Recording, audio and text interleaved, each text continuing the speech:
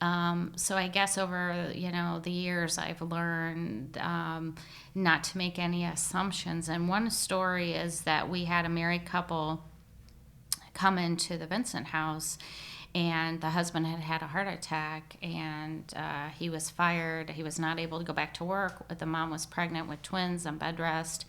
They owned a house, I believe, in northwest Allen County. They had a savings. They just went through it all.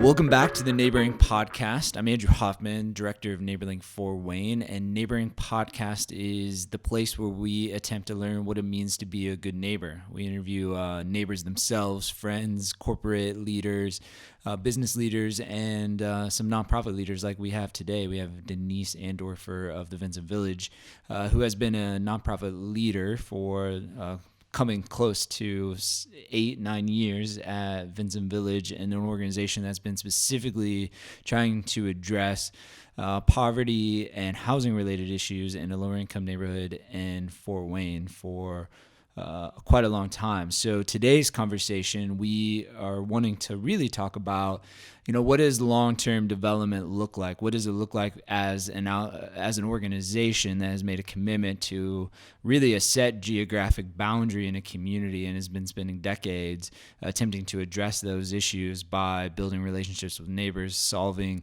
housing-related problems, and addressing all of the issues that go along with generational poverty and a wide variety of things facing our communities that is present in any and every neighborhood across the country. So Denise, thank you for being here. Thank you for our relationship and our friendship that's been developing as we spend a lot of time just asking bigger questions and really wrestling with the bigger questions that are facing not only what does it take to run an organization addressing these issues and the challenges that takes, but when we get really into the relationships we're having with those we're serving and wanting the best for them and trying to understand their situations and dealing with the nuances and then all the other factors. There's a lot that goes on to the work that you're doing. So today I hope to interview you and introduce our audience to Vincent Village and talking about the history and the background. So why don't you kick us off? Thank you again for being here and tell us a little bit more about Vincent Village and how and when it got started. I don't know that I know the full kind of genesis story of Vincent Village. It's a very cool story. It dates back to December of 1989. The St. Hyacinth Parish, Catholic parish under the Diocese of Fort Wayne South Bend, and Catholic school was going to be closing down in the Oxford neighborhood on Holton, near the corner of Holton and Pontiac. And a group of community leaders got together and started discussing what spaces would become available and how they could be best used for community need. Well, back in the late 90s, there was lots of discussion going on about services to homeless families and the rise of homelessness and what communities could be doing, including federal funding that was finally being brought to the table. So there's a group of community leaders that were having these dialogues. Bishop Darcy from the Diocese of Fort Wayne South Bend, Pastor Frazier from Trinity English Lutheran, people like Councilman Sam Tallarico Sr. Was at the table, Rabbi Katz was at the table. So just a number of community leaders at the table and saying, what can we do? We have a call to action. Otto Bonahum, and then of course John Tittman Sr., who is our founder, and got together and decided that the old convent would be used to shelter homeless families. And the Vincent house was a 4-bedroom brick 2-story house. And the nuns had lived there. They decided a nun would be in charge, and they would open their doors December, I believe, 18th of 1989 to the community.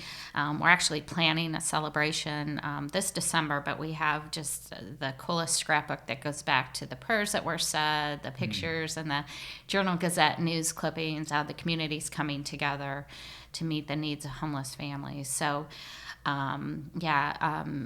so fast forward 30 years later, and it's continued to grow, change, morph. It was, again, extremely grassroots.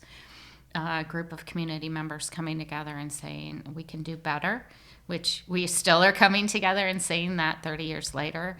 But we've experienced so much growth, and it has gone from serving 4 to 6 families in the initial year in 1989 to now. Our numbers are usually between 85 and 90 families that will not only provide housing for, but also provide wraparound services too. So at any given time, we're the landlord and the social worker for 42 families, 24 hours a day. In our neighborhood, I brought our map. The red houses indicate the houses that Vincent Village owns. And throughout the last 30 years, our Community Housing Development Organization, which is a HUD designation, a CHODO, has used home funds to acquire and rehab these homes and make them affordable and keep them up and make the rent reasonable, have energy efficient utilities for hardworking low-income families. For our audience, describe what a CHODO is. It's an acronym that's popular in our realm, but Yes. give a brief overview of what a CHODO stands for and what it is. Sure. It's a community housing development organization. And it has a special relationship with what we call private jurisdictions or public jurisdictions, such as community government, such as cities, counties, entities that get home funds from the federal government through HUD. There's lots of regulations attached. Lots of rulings on what it can be used for, is there operating costs, what capital costs, reasonableness. But one of the big things that encompasses the CHODO is that 1/3 of the board of directors has to be low income. They either have to be personally low income at below 80% of AMI, area median income, or they have to live in a neighborhood in a zip code where the average median income is below that. So it's meant to have a representation of people who need affordable housing. And you and I think have had this conversation before. A lot of times we want to go into neighborhoods or we want to do things for groups or populations, and sometimes they're not at the table to be part of the conversation, be part of the solution, and they have very valuable insight to give us that would really make us more successful at what we do. And so that I think is what is unique about it. So government entities like the city of Fort Wayne has a certain percentage of home funds each year that HUD tells it has to give to a CHODO. And so it has that relationship, so it's always investing in affordable housing. So, so we have been acquiring, rehabbing since the late 90s. Home funds were much more plentiful. The houses are on affordability periods then. We have to have our rental logs inspected. The homes have to be inspected. We have to keep them affordable for, let's say if we do a new house, 20 years. So I always say it's like raising a child. It's a 20-year relationship, although some of us with children over 20 know that it spans. Sure. The dependency spans many more years after that. But we've been successful, and that's what has helped us build this neighborhood up.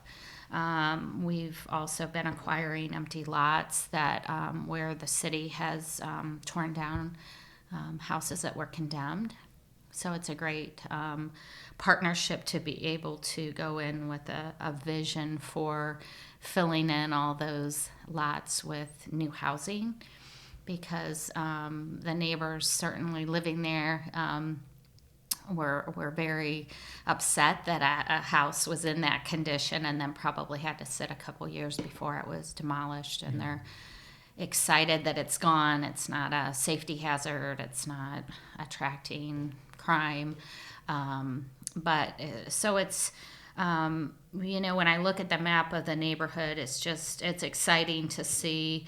The other thing about Ochoto, it has a geographic boundary, and ours has been Hannah to Anthony to Creighton to Rudisill. However, we've primarily stayed within the Bowser, Holton, Reed. We just went over on Lily Street in the last year because one of the properties was butting up to the Bottle Works Lofts project that we have been working on for the last 5 years. So, when we look at the map, we have actually sold a couple houses in the last couple years. One we sold to a graduating tenant that bought it because it was just a couple miles away. And then we sold a house in McKinney to actually one of our tenants' employers who they were... It's one of those situations where he was in year 3. It was a single dad.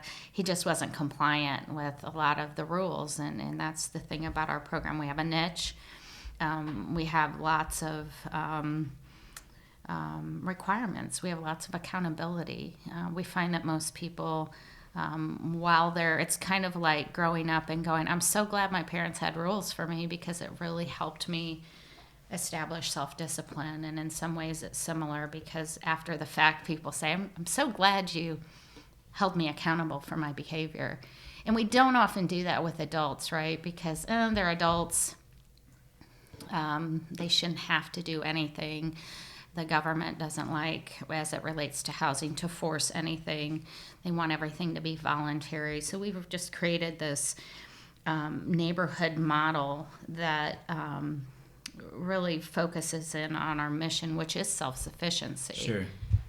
So tell me, paint a picture for the audience about the Oxford neighborhood. Give some context. Try to describe the Oxford neighborhood, the neighborhood that you've been working at for so long. Some people may be familiar with the Oxford neighborhood because it's gotten a little bit more attention here lately due to another organization and effort in that area, which is complementary to your work in the 10 Points Coalition. But paint a picture of the Oxford neighborhood. What does it look like to live there?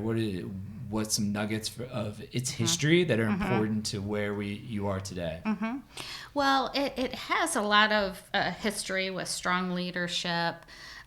With the association, Mary Morris, there's some names of some folks. It actually has the only neighborhood association building in our city. And actually you guys are working with us on trying to get it revitalized because it's dilapidated. So this strong neighborhood in the 70s was gifted this building, and I believe it was a City of Fort Wayne building. The upper of it is an apartment, which was meant to draw income, so for the long-term upkeep of the association building, which actually sits at the corner of Oxford and Holton on the northeast side of that corner.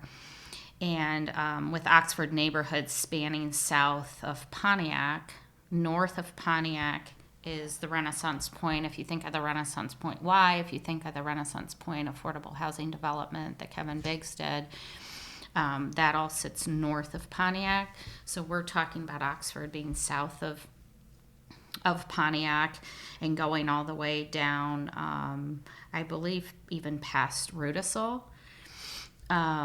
Strong history of grassroots leadership by neighbors. 45% home ownership, which, that's fairly high. It's fairly high. 55% renters. A very small, a small committed group of homeowners that have continued to try to meet, whether it's 3 or 4 neighbors, whether it's 15, 20. So it's a committed group. They have a history of just wanting to provide some services and a meeting place with the association building to where neighbors could feel that sense of identity. unfortunately, in the last year, it's been closed for renovation, and we're actually been hosting the neighborhood association at our Sally Wygand Center. But there's a goal of getting it revitalized. So that's kind of the biggest thing to our vested neighbors that's happening right now. In the neighborhood, there's very limited food choices, grocery stores. I believe it's a Family Dollar now on South Anthony near Rudisol. So there's definitely been some challenges. We have a new Head Start opening next month in our St. Hyacinth Community Center that technically the address will be on Reed.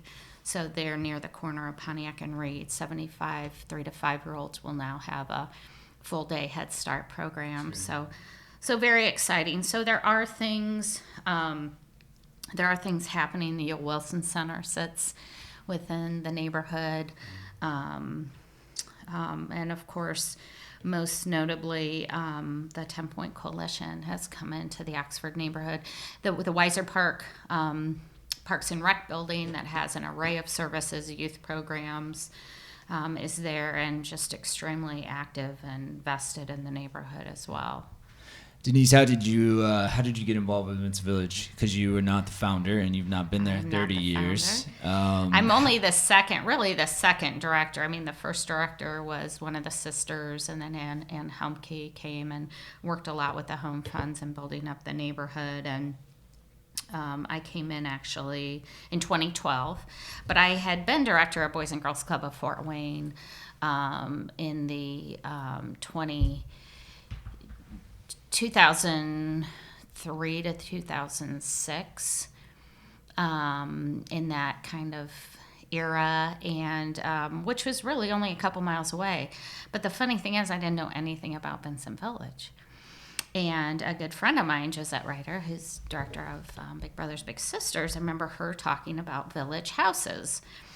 And her little sister at that time was living in had lived in the shelter with one of our families and moved out into one of the houses. And I kept remember her saying they were homeless, they're in a village house. And I kept thinking to myself, what in the world is a village house? And she kept saying it's right off Pontiac, and had no idea.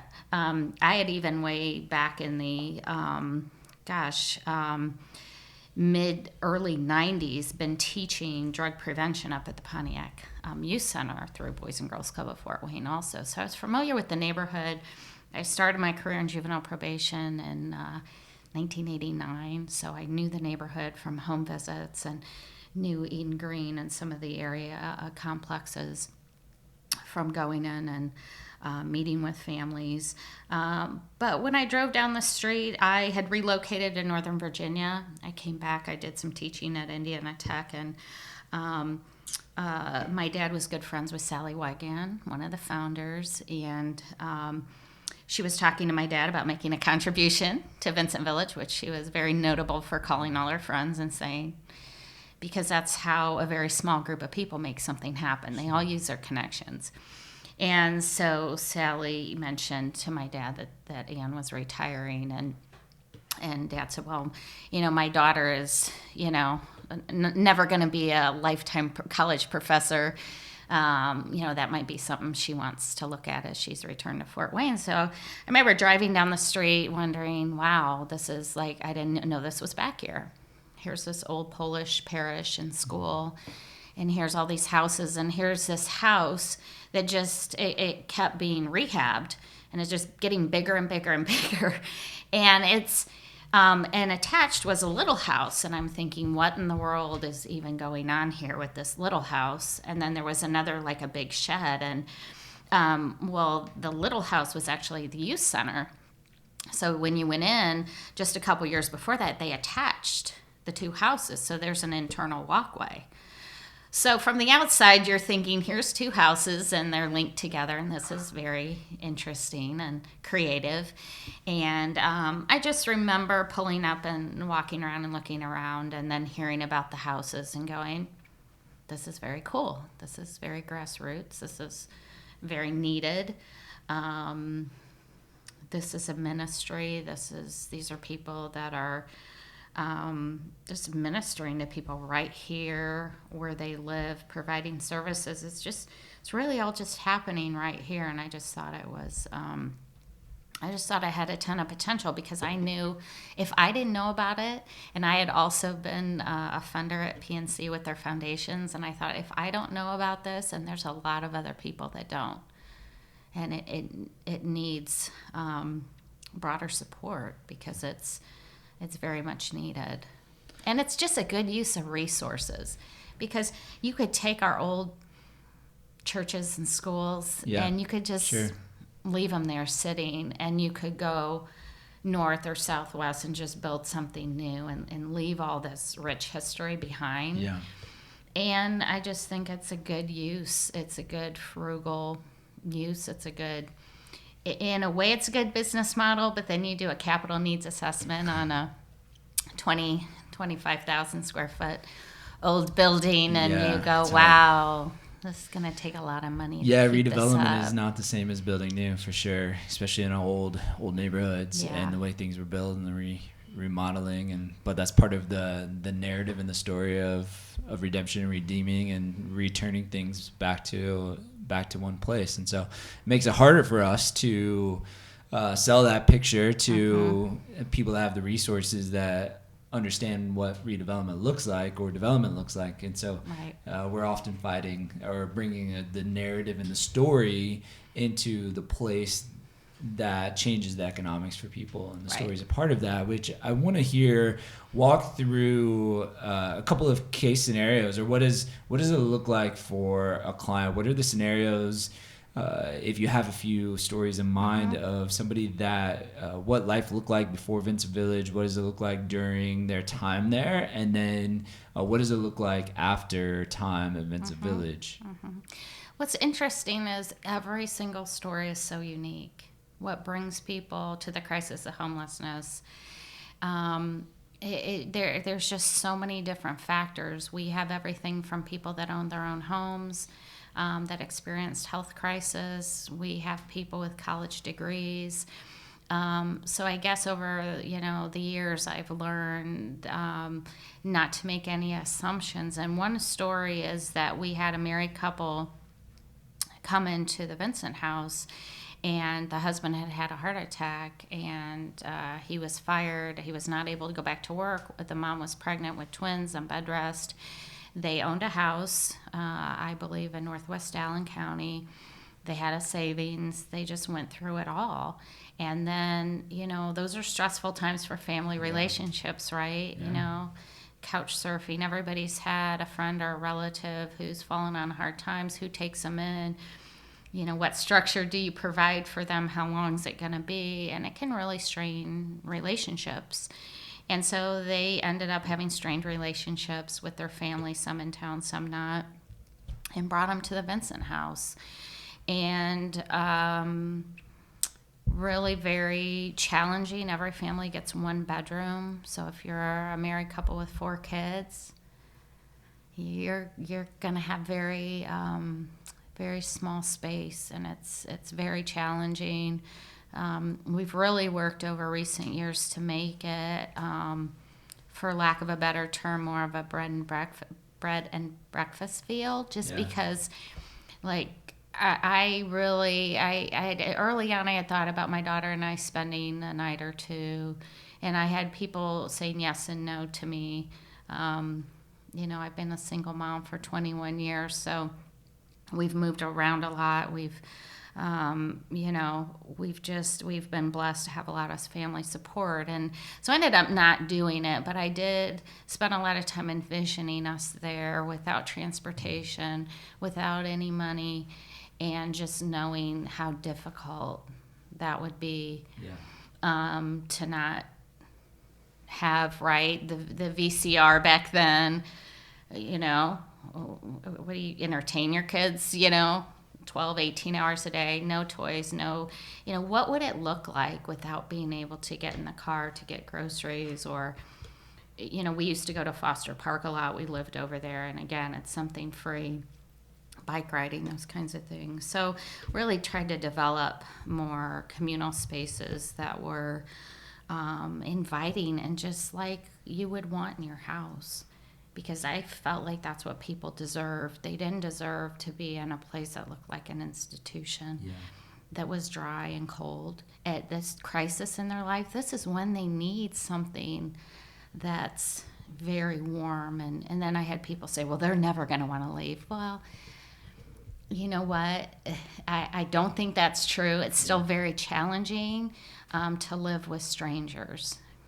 And so we've really worked hard. We've been blessed. We've had a lot of different groups come in and remodels, and just great stuff, and a staff who's really embraced it. And we want bright colors, and we want positive messages, and we want great toys. We want the Wii so our kids can play, the dance party game, just like they're playing at home in your house, in somebody's basement. Sure. We want that stuff for them. It's good for their development. It's good for their mental health. And but this family in particular had a lot of challenges. And I remember seeing the dad outside, and he was, I think, smoking, which again, that's not something you want somebody with heart problems. But people get depressed, and they get, they're trying to cope. But I remember thinking, I bet we have some odd jobs. I bet we have painting and lawn care, and I hope he can find a job. But what are his barriers? He's recovering. Can he get back to work? She's still on bed rest. Well, then she had the twins, and so now they have 2 babies, and it's a lot. Well, the good thing was, I have twins, and remember just how difficult that was. Yes. With all of the resources and people to help, and no complications. Right. And so I can imagine adding some life complications to that, and just how overwhelming and stressful that was. Absolutely. And luckily, the older girls were in Northwest Allen, and I remember we contacted Northwest Allen to set up, because according to McKinney veto federal law, the children's school cannot be disrupted by the crisis of homelessness. So no matter what district you're in, if somebody in Southwest Allen or Northwest Allen or East Allen is homeless, and the child comes into Vincent House, you must provide transportation for that child to get back to their classroom, and rightfully so. But the school districts don't always deal with it like Fort Wayne Community does. So Northwest went, yeah, right. We can't come out there to get children. Click. And the mom was very tenacious. She called down to the Department of Education. They called and said yes, and they called back and they said, well, we're sorry, but we've just never dealt with this before. And so they were just thrilled that the children were not disrupted. But I remember with the dad, I remember me wondering why he couldn't get a job. And just grab a job at McDonald's, like you're thinking, you just support your family. What are the barriers? And finally one day in the parking lot, and I used to spend, my office was in the lower level of the basement, so I would come through the parking lot, I would see clients out, and I would talk and just, how are you? How's your day going?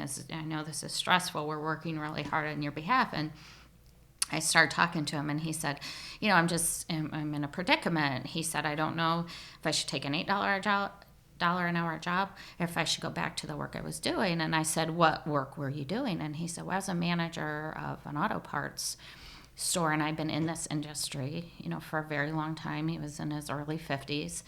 And he said, Denise, before I got sick, I was making, $75,000, $80,000 a year. And in my mind, it just blew my mind, because I had stereotyped, here's somebody that's probably doing odd jobs. It's a high school dropout that just maybe wasn't motivated. Right. And I just had to catch myself and say, wow, you really don't know a story until you hear it from somebody. Yeah. And so we actually found a volunteer of ours that was a retired HR guy, and he had actually said if there was any mentoring or coaching he could do.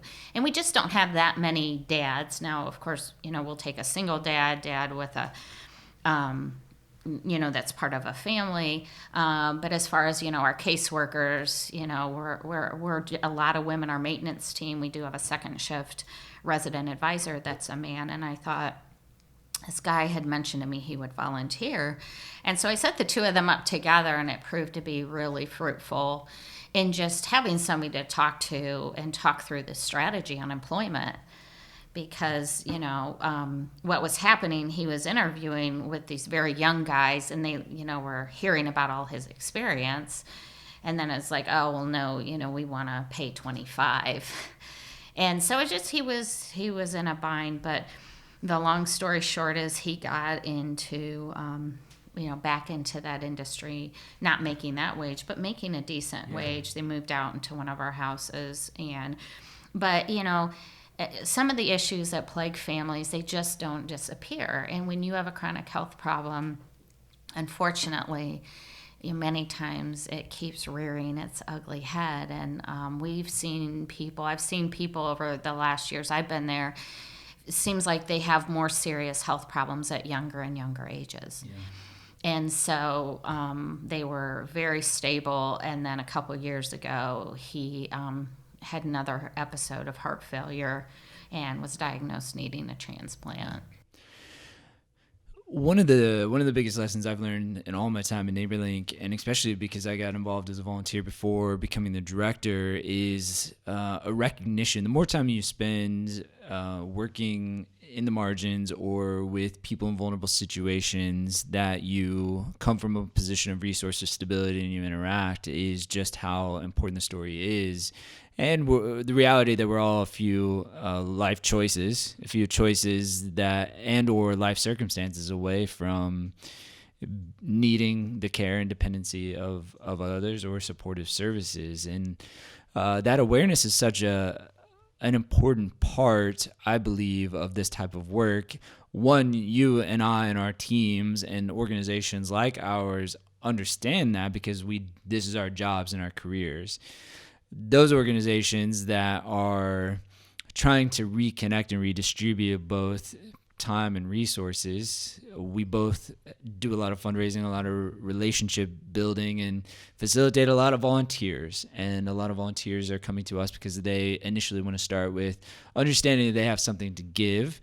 They have resources to share. Maybe they don't fully know the depth of why they want to get involved. They just feel compelled in some way. And or being socially motivated to do so. But they come and they interact and they, through a very transactional way, help us.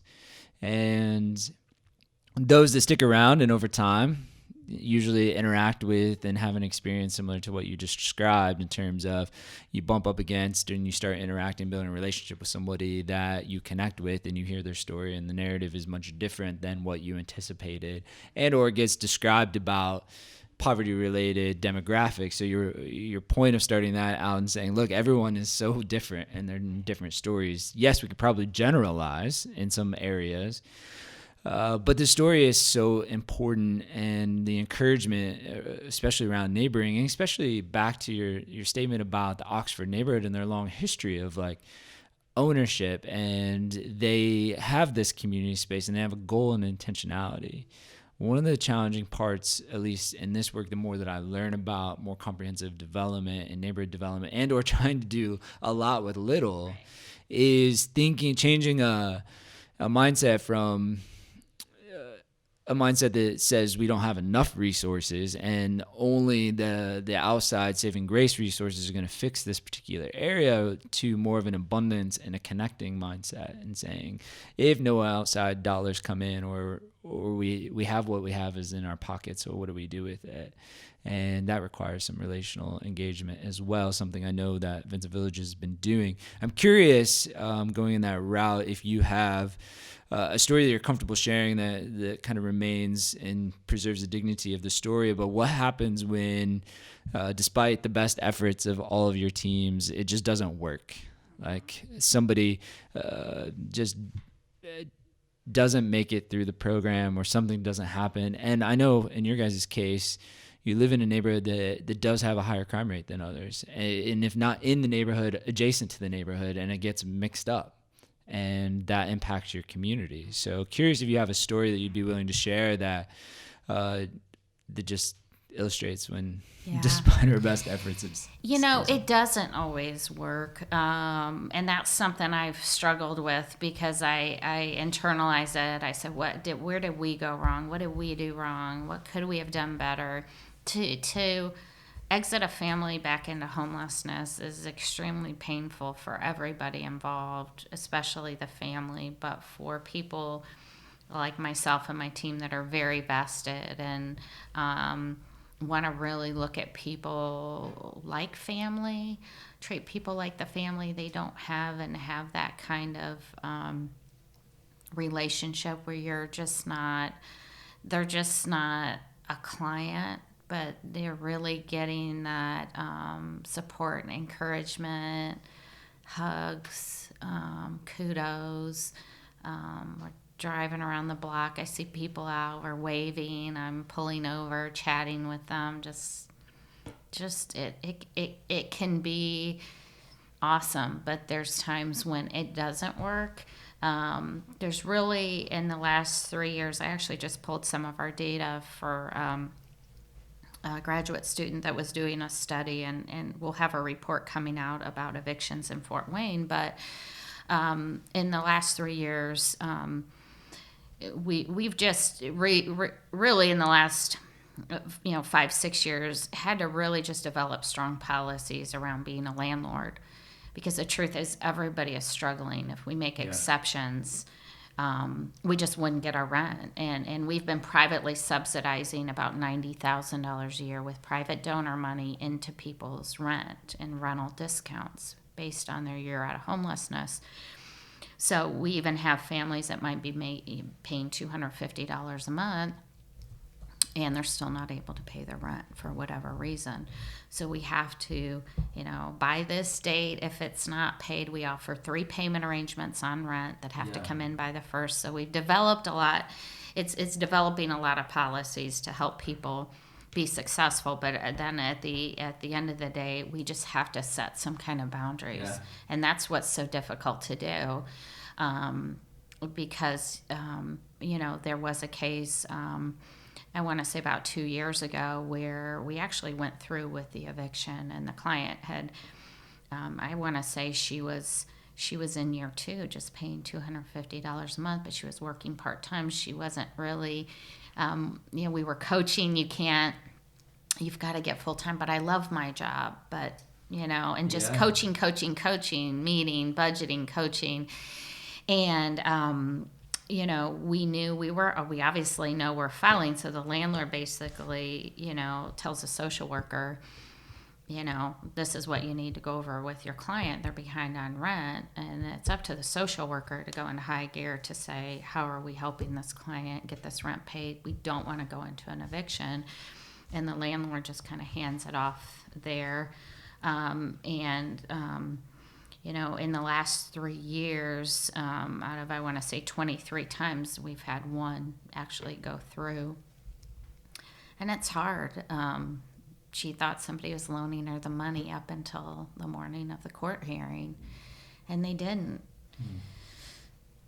And it's tough, and we work to come up with some kind of plan so you don't have parents and kids on the street. And so we've also had a case where we've worked for over a year with people that aren't able to work with township and other resources to get their rent covered.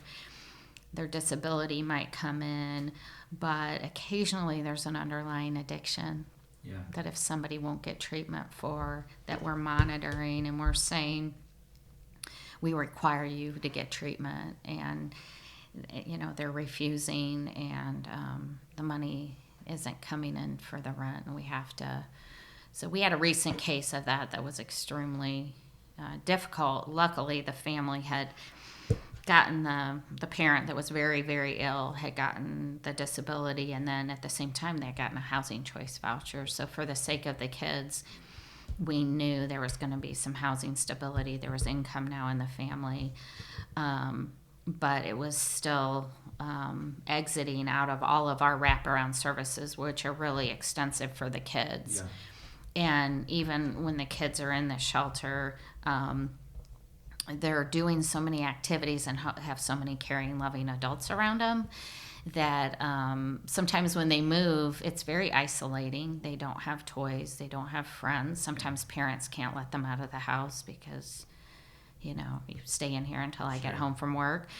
And it's hard. I mean, it's tougher when they're in their own house, because they just don't have all the access to all that. And so yeah, there's occasion when it doesn't work out. And even in the Vincent house, we went to a 0 tolerance for all drugs and alcohol about 4 or 5 years ago, just because we had to, because you can't have a group of people living communally with 35 children and have people coming in having thrown back 3 beers after work, or having smoked pot and then say, oh, well, I'm going to go to a meeting tomorrow. Well, no, we just had to say, you know what, we're going to set the bar high. And that is something that we've been doing.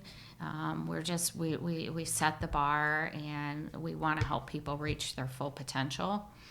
But not everybody's ready for that. So we realize it, and we realize we have an array of other community resources that are a better fit. Sure. And so that's something to have to say, we are not the best fit for everyone. Somebody just has to be ready to make changes. And sometimes rules, in any situation might seem arbitrary, but we just have to set some kind of bottom line. So there are cases in the Vincent house where we have to exit a family. I'm curious what you would say, shy of somebody just bringing $5-10 million to Vincent Village and, allowing you to move forward in the initiatives. What do you feel like when you think in terms of neighborhood development or how does a neighborhood like Oxford truly transform to become a much different socioeconomic quality of life, all those different things in a neighborhood, shy of somebody just coming in and spending a lot of money? Like that's part of it maybe, but in the case of neighborhood development, moving a neighborhood towards an idealistic in some ways perspective, but the thing that we all have vision for, no matter what our economics look like, I'm sure it's the same for each one of these 45% of the homeowners. They have a vision. We all have a vision for where we would like our neighborhoods to be. What do you think from your experience? What does that look like? What ideas do you have that aren't just, we need somebody to come in here and just redevelop 100% of it? Right. Well, I do serve on the Oxford Association, so I hear a lot of the conversation that's happening. And one of the things that our neighbors want is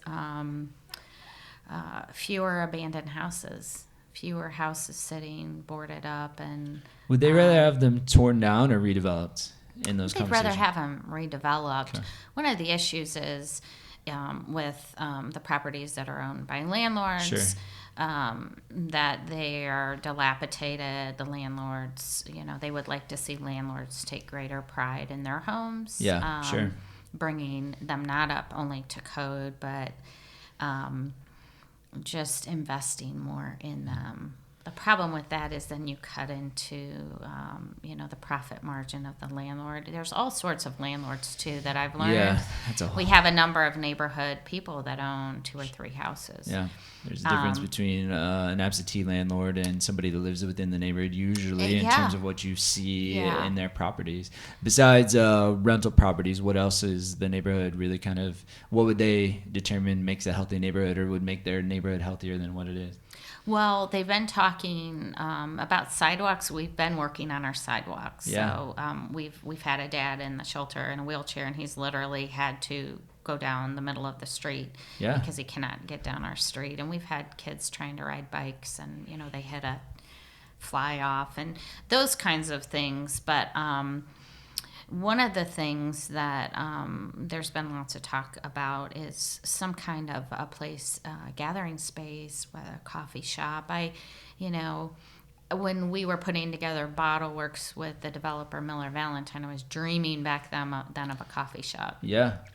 It didn't come true just because of the way the commercial space is more offices. Yeah. Because that's how it was originally designed, and they can't change the historic architecture.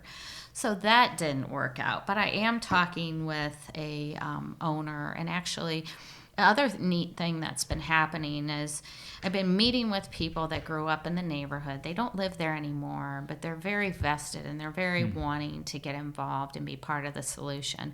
And actually, two of the people I'm talking to are young men that are in their 40s that are experienced great success, moved out of Fort Wayne, come back to see family. Yeah.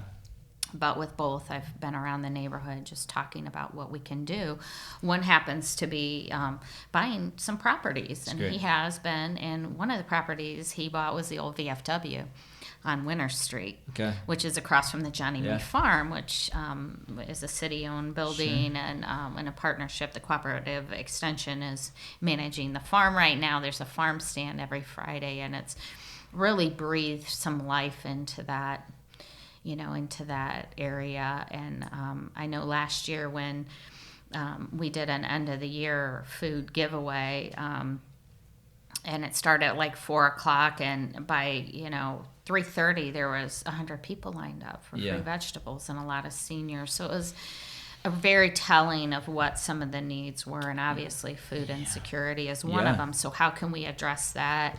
Where is the nearest food pantry? Can we be more proactive? We put a little free pantry up there, and we're with some other agencies trying to make sure that's kept. But so what he bought the VFW, and actually last summer I was volunteering at the farm and at the farm stand, and he came across and he said, "Oh, this is the first time I've seen my building that I bought sight unseen. I live in California. I'm from Fort Wayne. I think you may have gone to Northside." And I said, "What are you going to do with it?" He said, "What do you guys want me to do with it?" And I said, "Well, it's time to have community conversation." I said, "I still am dreaming of a coffee shop." Yeah.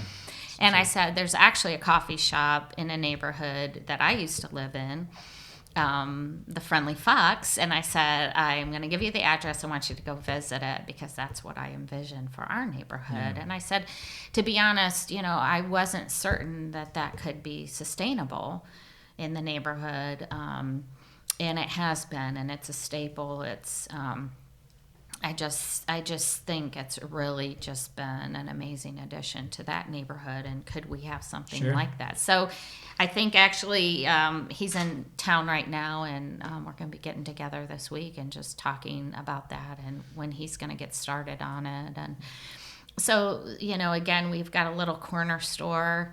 We're not really thrilled with it. Is it meeting the needs of people? Yes. Is it doing what we need? No. But there's some economic activity and some entrepreneurship happening, and the more that stuff happens, it shows signs that there's a market and there's an opportunity. And until some of that stuff happens, it's really hard to, especially in our more conservative community, to really attract additional investments. Right. And could we even...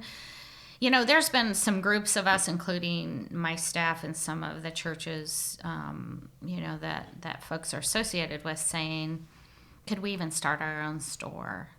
Yeah. What would that look like? Now, if I come up with one more brilliant idea between my board and my staff, I'll probably be fired. So my staff is tired of my ideas too. So again, can we have other groups that are really wanting to become more vested? Yeah. The chapel's been a great partner. Pathways is interested.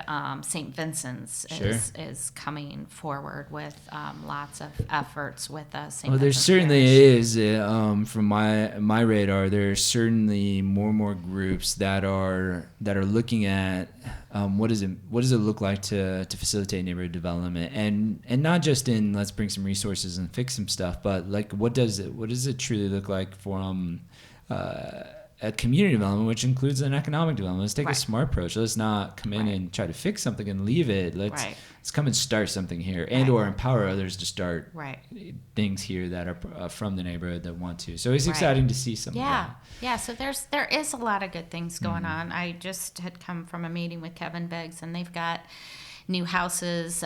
We put a new house on Lily. I think they put 4 or 5 new houses on Lily with a tax credit project. So we are filling in some of those blighted lots. So there's lots going on with that. And Bottle Works, the Head Start. Nicole Ridley is working with St. Peter's, and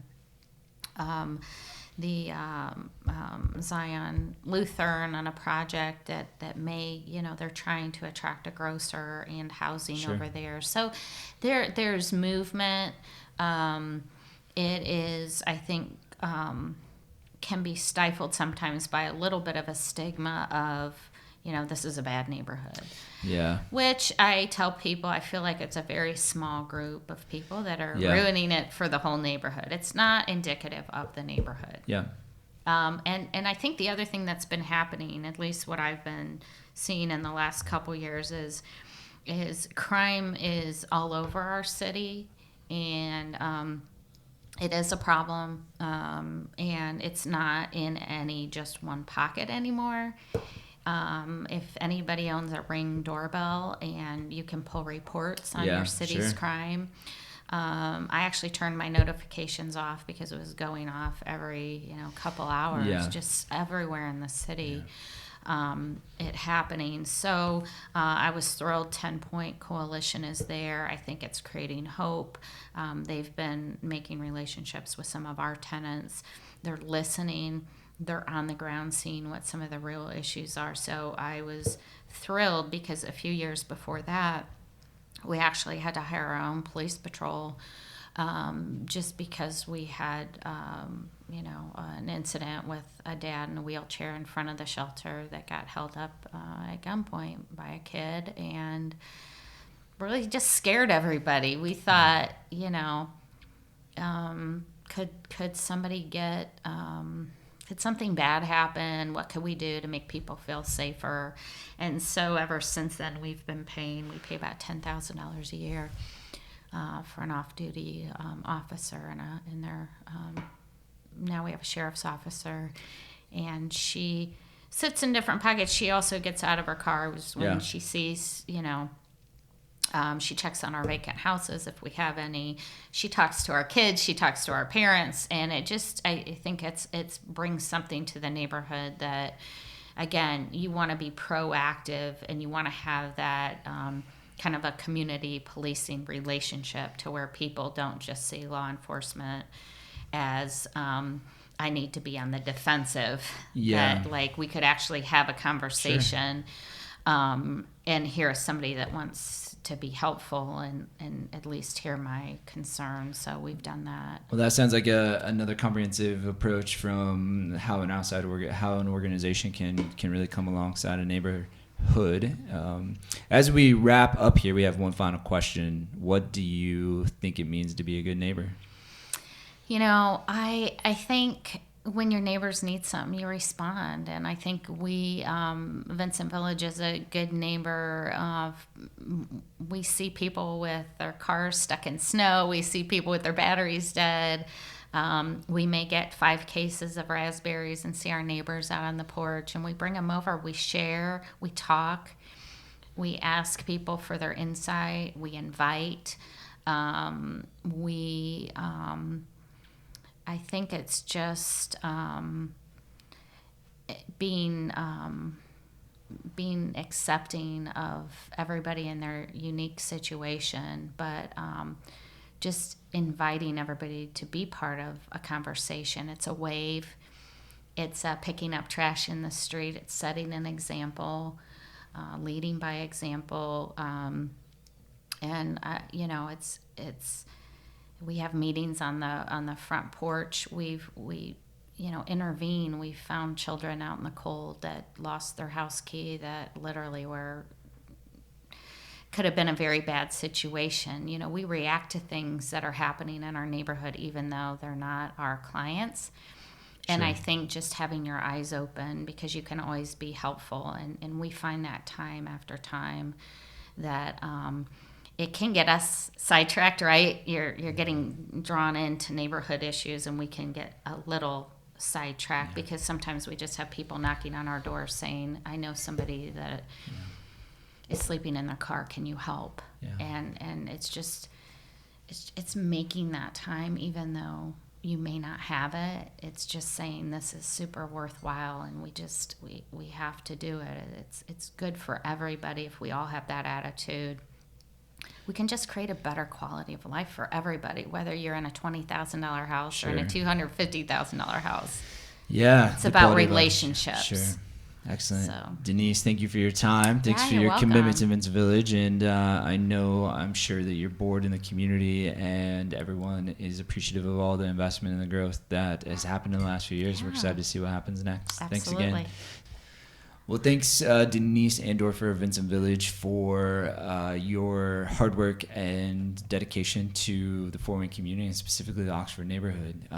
Thanks for tuning in to this episode of Neighboring. We'll be back next week with another neighbor as we attempt to learn what makes healthy neighborhoods healthy.